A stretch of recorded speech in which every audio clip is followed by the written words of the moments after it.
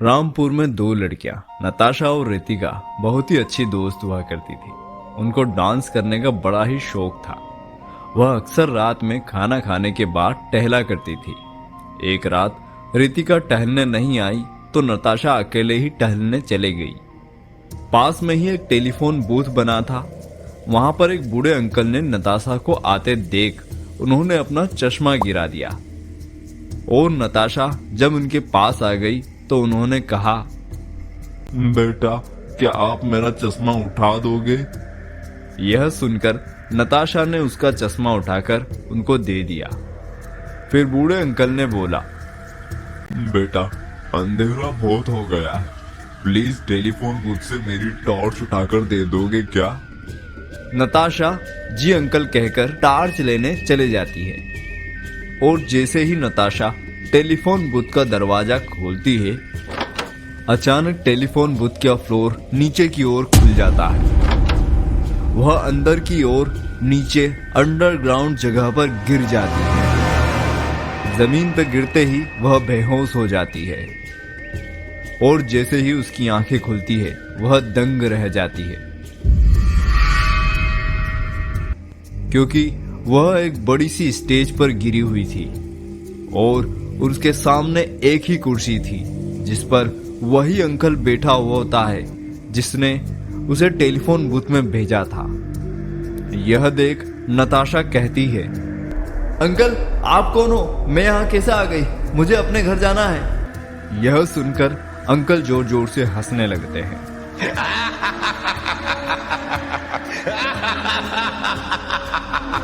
देखते ही देखते वह अंकल कुर्सी के साथ हवा में उड़ने लगते हैं।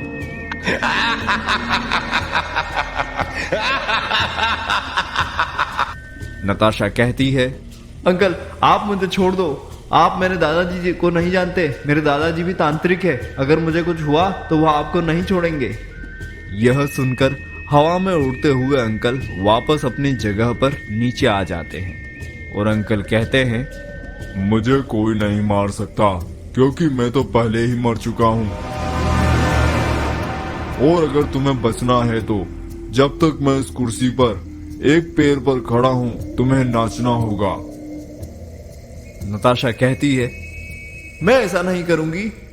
तभी वह अंकल कहता है, फिर तो मरने के लिए तैयार हो जाओ।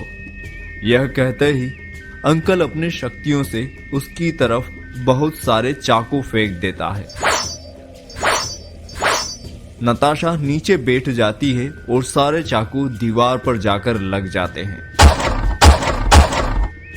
और नताशा डर जाती है। नताशा नाचना शुरू कर देती है। नाचते नाचते वह बहुत ही थक जाती है और रुक जाती है। फिर भी बूढ़े अंकल उसे नाचने के लिए कहते हैं। तब नताशा कहती है, अंकल मैं अब नहीं नाच सकती, मैं बहुत थक गई हूँ, अब मैं नहीं नाचूंगी, मैं मर जाऊंगी। वहीं वह अंकल हंसते हुए कहता है, हा हा हा हा हा हा, मरना तो तुम्हें वैसे भी है। और फिर वह अंकल अपनी कुछ शक्तियों को स्टेज की ओर फेंकता है। तभी स्टेज के ऊपर से 5-6 रस्सियां नीचे आकर लटक जाती हैं।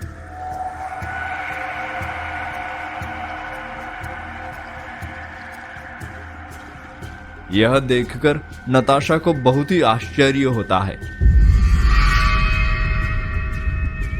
देखते ही देखते वह सारी रस्सियां नताशा के शरीर को बांध लेती है।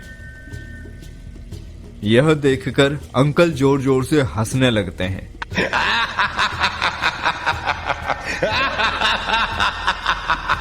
और कुर्सी पर खड़े हो जाते हैं।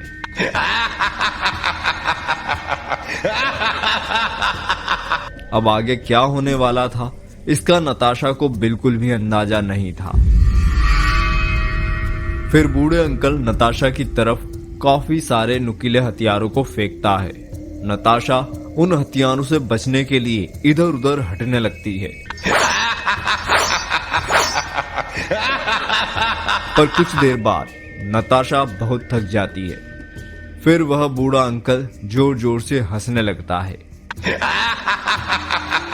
और हंसते हुए अपने हाथों से बहुत सारी रस्सियां छोड़ता है जो नताशा के शरीर पर आकर बंध जाती है। वह नताशा को नचाने लगती है। ऐसा लग रहा होता है मानो नताशा कोई कठपुतली बन गई हो। नाचते नाचते उसके मुंह, नाक और कान से खून निकलने लगता है। लेकिन तभी अचानक से वह बूढ़े अंकल गायब हो जाते हैं। थोड़ी देर बाद अचानक अंकल नताशा के बिल्कुल पास आ जाते हैं और वह चाकू से नताशा की एक दाईं आंख में डालकर उसे निकालकर नीचे लटका देते हैं और उसके मुंह पर चाकू से वार करते हैं और एक क्रॉस का साइन बना देते हैं। फिर वह उसके दाईं कान को काटकर खा जाते हैं। नताशा की बेरहमी से मौत हो जाती है। बूढ़े अंकल नताशा की एक फोटो खींच लेता है और अगले दिन नताशा की फोटो उसके घर के सामने मिलती है। यह देखकर उसके माता पिता चौंक जाते हैं। वह पुलिस इंस्पेक्टर को फोन करके सारी कहानी बताते हैं। नताशा को गायब हुए 5 दिन हो जाते हैं, लेकिन उसकी लाश अब तक नहीं मिलती। नताशा का बड़ी बेरहमी से मर्डर कर दिया जाता है, लेकिन नताशा पहली लड़की नहीं होती जिसके साथ ऐसा हुआ होता है। वह रामपुर शहर की चौथी घटना थी। वह साइको किलर 4 और बेकसूर लड़कियों को बिल्कुल ऐसे ही मार चुका था। पुलिस इंस्पेक्टर राज नताशा के मम्मी और पापा को हौसला देते हुए कहता है, मैं आपकी बच्ची को बचाने की पूरी कोशिश करूंगा और मैं किसी भी कीमत पर नताशा के कातिल को नहीं छोड़ूंगा। यह कहकर पुलिस इंस्पेक्टर राज नताशा के घर की ओर निकल जाता है। क्या हुआ होगा नताशा के साथ? क्या पुलिस इंस्पेक्टर राज नताशा की लाश तक पहुंच पाएगा? क्या नताशा के बाद अब रितिका का नंबर आएगा, या फिर पुलिस इंस्पेक्टर राज उस भूतिया साइको किलर को ही जान से मार देगा, या फिर साइको किलर किसी और को अपना नया शिकार बनाएगा? जानने के लिए जुड़े रहिए और सब्सक्राइब करना ना भूलें हॉरर टीवी को।